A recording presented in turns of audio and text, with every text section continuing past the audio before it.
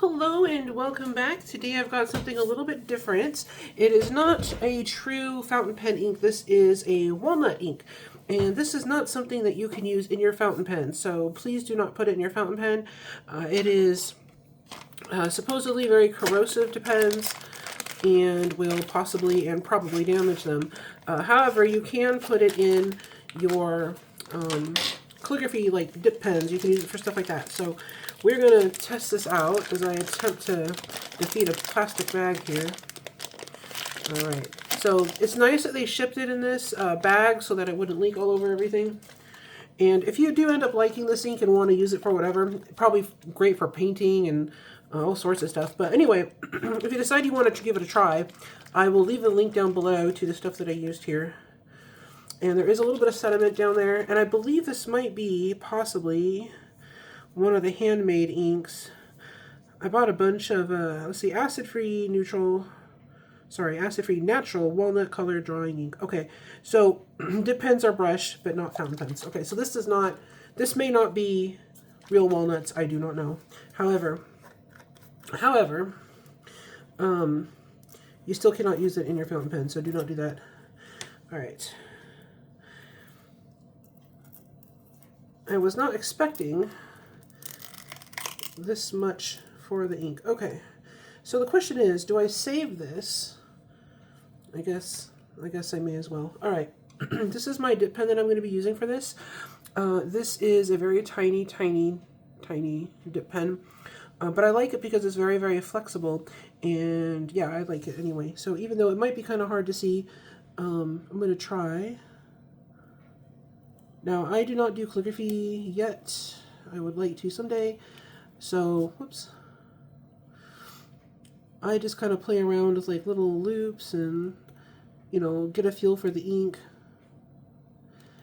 And someday I would like to learn.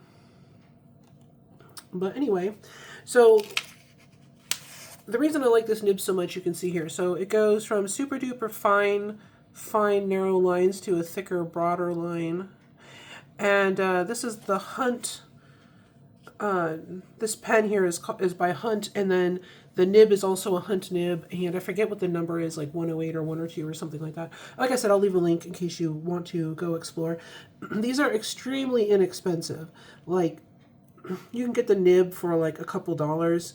So one of the nice things about these pens and the nibs is that you can do a lot of experimenting, and even if you mess up somehow, you're only out a couple of dollars instead of with, say, a fountain pen. If you drop it, you could be out quite a bit of money. So I use these sometimes to test out inks to see how I like them before putting them in a pen or something, because you could just dip this in just like a glass pen. And yeah, so you can see how beautiful, ribbony, nice. This is a beautiful brown, very, very pretty color. The ink just, you know, flows beautifully. I had no issues with this at all. This ink, and I realize, and I apologize as well, I am still getting over that cold from ages ago. So if I sound rough, that's all it is. I think I'm going to go ahead and take this out. I don't think I'll find out. I'll shake this and find out if I need that gasket in there. I think it's just there as like a stay fresh thing. Let's find out. Yeah, it's staying in there. Okay.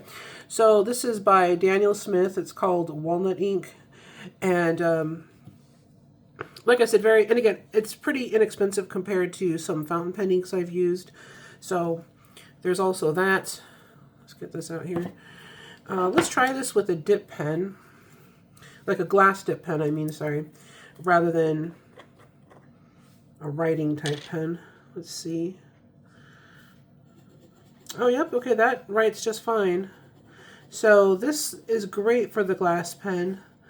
And the reason I wanted to test that is I have had some calligraphy inks that did not want to flow off the glass pen very nicely.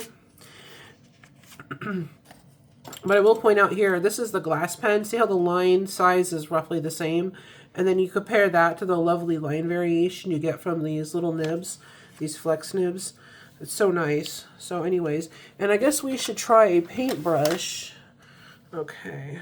Well, that's still got its coating. I have a used paintbrush. Here we go. This is a little bit broader, but whatever. All right, so we got this. Let's dip that in there. and see how it looks to paint with. I need to put more on the brush. It's a very lovely light brown. And I'm wondering if you can build up the color. So this might be good for painting, especially if you want to do something like sepia toned or something. Let's see here. Oh, yeah, yeah. Sometimes with certain paints like watercolors and stuff, you can build up the color by putting washes, which is like thin layers of paint over and over until it becomes like a thick, dark, layer. I think this paint had some particles on it because it's leaving particles in the ink. Oops. I had made some watercolor paint that had like a shimmer to it, and I think this was the pen I used for testing it. So that's what I get for not paying attention. But yeah, it looks like you can layer that on and get some nice, shading on the colors and everything. I'll let that dry, and yep, that's fine. So there's a little tiny bit of that sparkle in that ink now, but it's not going to even show up in the writing, I don't think, ever, because it's such a small amount. I'm going to set that aside so I don't spill it. We'll clean this off. Okay.